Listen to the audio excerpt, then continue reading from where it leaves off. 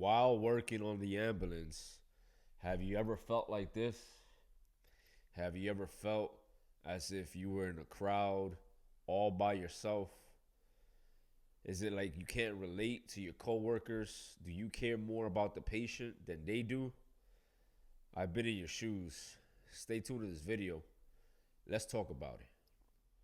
So imagine on the overnight shift, you're working on a cardiac arrest and you find out that there is no response from the interventions. The medical control is asking you to leave the patient at home with their family. The family's irate, they're distraught, they're upset, and you have to stay on scene and wait for PD to arrive before you leave. And you look to your left, you see the family crying. You look to your right, their wife is on the floor and she may need a cardiac workup because she's hyperventilating and having an anxiety attack. Then when you ask for your partner, you see him on his phone swiping through TikTok. Like literally, this happened to me in the Bronx where we had this cardiac arrest in not the best neighborhood, and my partner insisted on not caring. But it was no surprise to me because he did this on every single job. And even the family noticed how nonchalant he was, and he wasn't really being empathetic. So this scene right here is something that has happened to me a lot. And I want to tell you, if you got a census or you do a survey out of 100 people, 98 of them are lost. Whether it's healthcare providers or not, the majority of people are in another world, and it's as if they're in the twilight zone.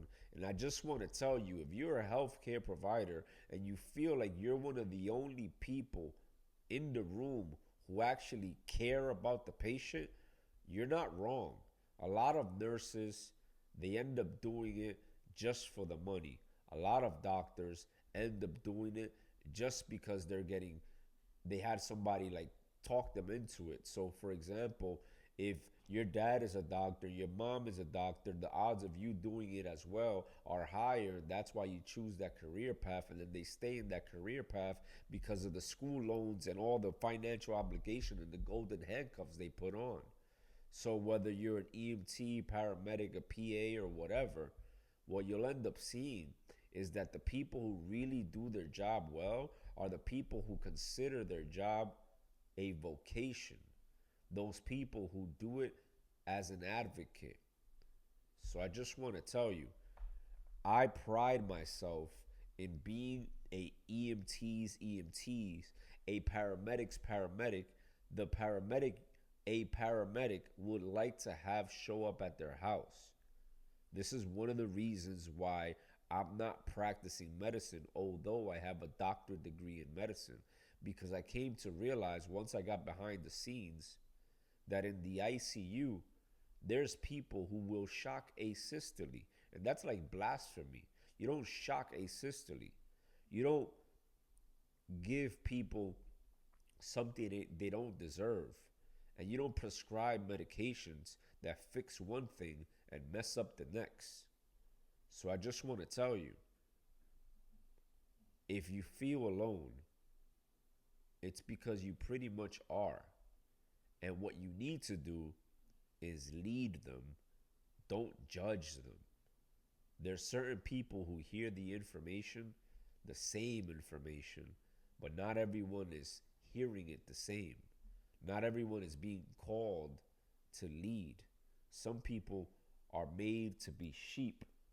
Others are made to be the lion, the leader, whether it's in your life or whether it's in the workplace.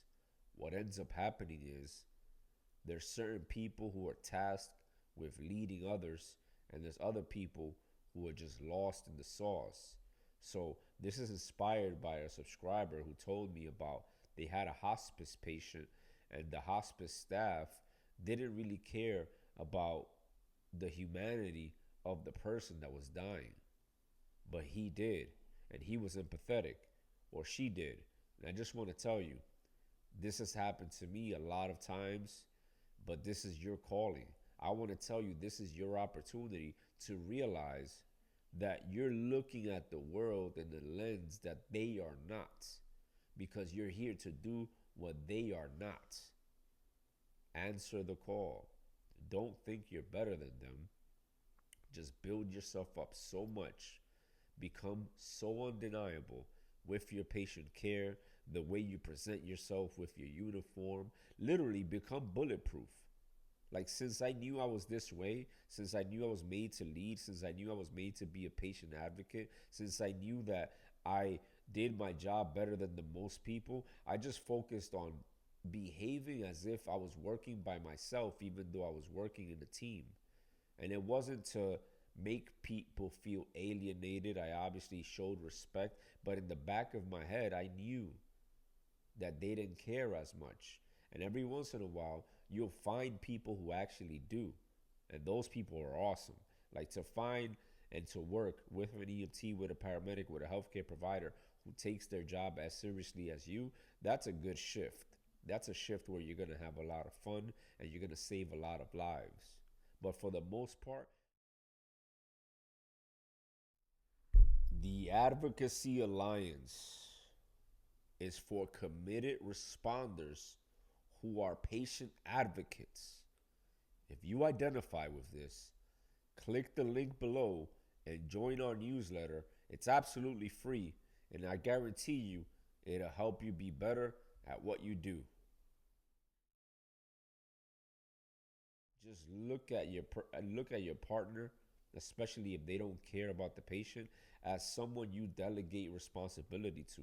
Look at them as a helper. If you're a paramedic, just look at them as your rookie EMT. That's what I did. I basically took the weight and all the responsibility of memorizing the protocols, of doing the interventions like starting an IV and intubating and doing all these things, the empathy. Like, I just basically figured that I would do it on my own. Because at the end of the day, especially for that shift with that paramedic where he was scrolling on TikTok and vaping in the person's living room, I needed him to work so that I can get paid the double time that I was getting paid. So you kind of need these other healthcare providers. So you're not alone. All right? I hope this helps. Peace.